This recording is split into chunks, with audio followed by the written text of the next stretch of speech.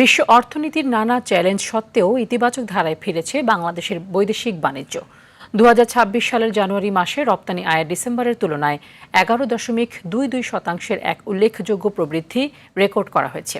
সবশেষ তথ্যানুযায়ী ২০২৬ সালের জানুয়ারি মাসে রপ্তানি আয় দাঁড়িয়েছে ৪,৪১৩.65 মিলিয়ন মার্কিন ডলার, যা ২০২৫ সালের ডিসেম্বরে ছিল ৩,৯৬৮.28 মিলিয়ন ডলার।